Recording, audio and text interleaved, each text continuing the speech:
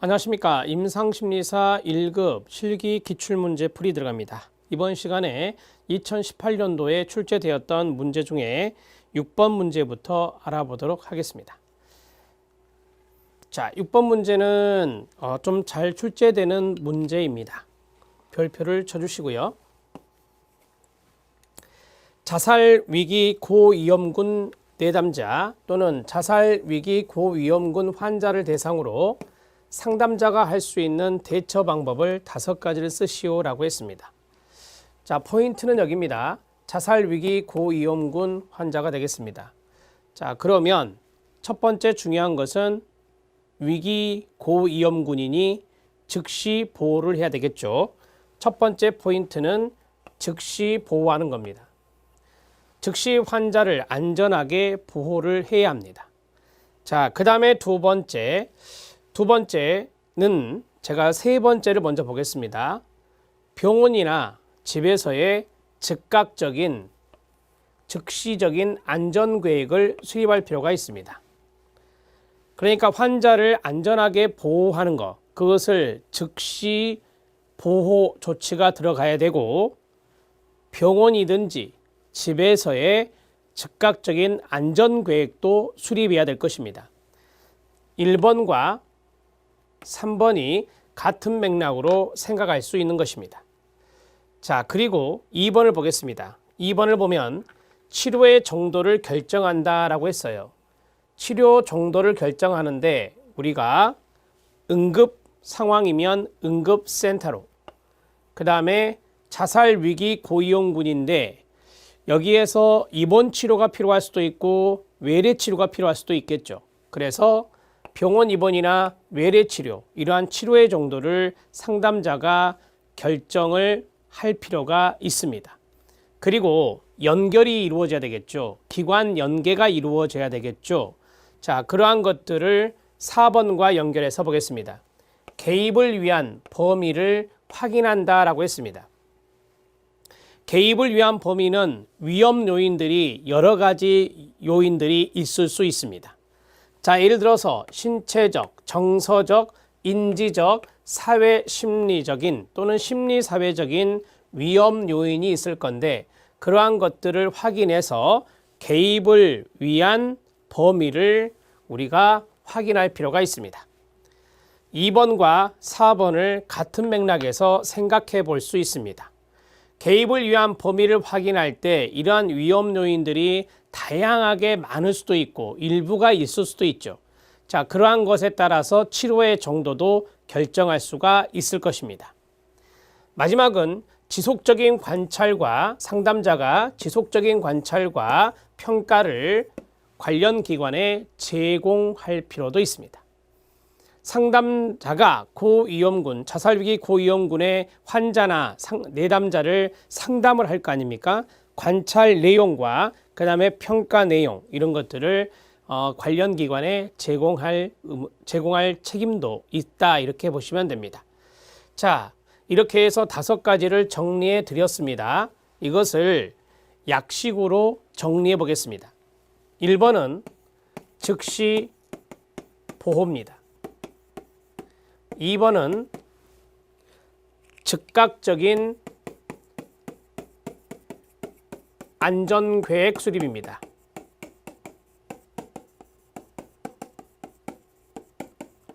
제가 이야기한 순서대로 가고 있습니다.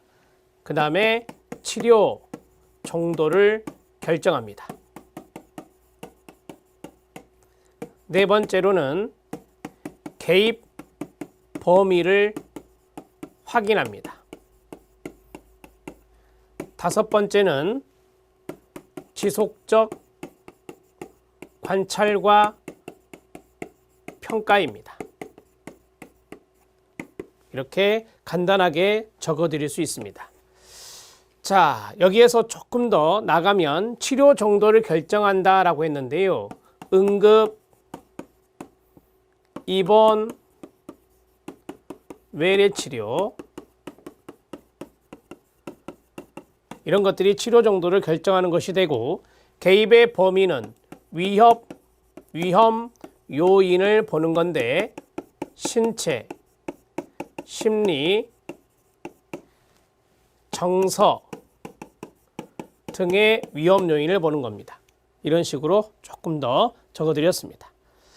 이 내용을 작성하기 전에 이런 것들을 먼저 머릿속에 구조화시켜서 쭉 서술하는 연습을 해주시기 바랍니다. 이거는 뒤에 한 번 더 나올 겁니다. 자, 보겠습니다. 7번 문제입니다. 7번 문제는 RBT 상담에서 논박의 유형 4가지를 예를 들어 설명하시오 라고 했습니다. 여기에 보시면 따옴표가 있습니다. 이 큰 따옴표가 바로 사례가 되겠습니다. 논박하는 방법과 논박의 유형은 다릅니다. 여러분들 교재 실력 따지게 보시면 논박하는 방법 4가지가 있습니다. 이것과 논박의 유형은 다르니 확실히 구분해 주시고, 논박의 유형 4가지의 암기법이 있습니다. 경, 기, 논, 철입니다. 자, 경기, 논, 철 외워주시고, 경험적 논박, 기능적 논박, 논리적 논박, 철학적 논박, 이렇게 해서 4가지의 논박 유형이 있다. 이렇게 정리할 수 있습니다. 암기법은 써주시는 게 좋습니다. 먼저 여러분들이 실기를 쓸 때 앞에 타이틀이 들어가는 게 상당히 중요하니까요. 첫 번째 논리적 논박, 두 번째 경험적 논박, 세 번째 기능적 논박, 네 번째 철학적 논박이 되겠습니다. 자, 그러면 여기에서도 포인트가 있는데 봐주시죠. 자, 첫 번째는 내담자의 비합리적 신념의 비논리적 측면을 평가하는 것입니다. 그러니까 비합리적 신념은 논리적이지 못하다라고 하는 것을 평가하는 게 논리적 논박입니다. 그러한 신념이 이게 타당하다, 그 신념이 옳다, 타당하다는 논리적 근거는 무엇입니까? 라고 했어요. 그 논리적 근거가 없으면 비합리적 신념이 되는 겁니다. 경험적 논박, 내담자의 비합리적 신념의 사실적인 근거를 평가하는 것입니다. 사실적인 근거, 경험적인 사실을 말하는 거죠. 그래서 경험적 논박이라고 합니다. 그러한 신념이 타당하다는 사실적, 경험적 근거는 무엇입니까? 라고 말하는 겁니다. 자, 그러면 앞에 내용을 보시면 그러한 신념이 타당하다는 이런 내용이 들어가고, 뒤에 논리적 논박은 논리적 근거는 무엇입니까? 경험적 논박은 사실적인 근거를 보는 거니까 사실적 또는 경험적인 근거는 무엇입니까? 이렇게 해서 사례를 구조화시키시면 됩니다. 자, 이 내용을 보도록 하겠습니다. 기능적 논박과 철학적 논박이 있습니다. 기능적 논박은 쉽게 말씀드리면 어떤 기능을 합니까? 어떤 도움을 줍니까? 라는 말이에요. 그래서 내담자가 지닌 신념이나 행동이나 정서가 내담자가 추구하고자 하는 목표를 성취하는 데 얼마나 도움이 되는가를 평가하는 겁니다. 내담자가 가지고 있는 신념적인 부분들, 행동적인 부분들, 정서적인 부분들이 있는데, 알다시피 RBT 상담은 인지, 정서, 행동 모든 것들을 고려하거든요. 그 중에서도 인지가 가장 중요한 요소가 되는 것이죠. 이 3가지가 내담자가 추구하는 목표를 성취하는 데 얼마나 도움이 되느냐, 특히 이 인지라고 하는 신념이 도움이 되느냐라고 하는 것을 봅니다. 그것이 당신에게 도움이 됩니까? 라고 물어보는 것입니다. 당신이 가지고 있는 신념이 도움이 되십니까? 당신이 가지고 있는 행동이 도움이 되십니까? 당신이 가지고 있는 정서가 당신의 목표를 성취하는 데 도움이 되십니까? 이렇게 물어보는 게 기능적 논박입니다. 기능을 하고 있느냐라고 하는 겁니다. 기능을 하고 있는가? 그래서 우리가 기능적 논박이다 이렇게 말할 수 있습니다. 철학적 논박입니다. 철학적 논박은 행복 또는 만족감을 주느냐, 그걸 물어보는 것인데, 삶에 대한 만족이라는 주제를 내담자와 함께 다루는 것입니다. 상당히 철학적이죠. 삶에 대한 만족. 그래서 철학적 논박이라고 이야기하는 것인데 그러한 신념이 과연 당신을 행복하게 합니까? 삶에 대한 만족감을 줍니까? 삶에 대한 만족감을 줍니까? 이렇게 이야기하는 것이 바로 철학적 논박이라고 말합니다.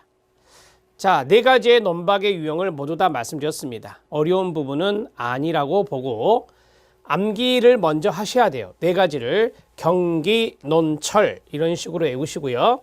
경기, 논철에서 경은 경험적 논박으로서 그러한 신념이 타당하다는 사실적인 근거, 경험적인 근거는 무엇입니까? 라고 하는 겁니다.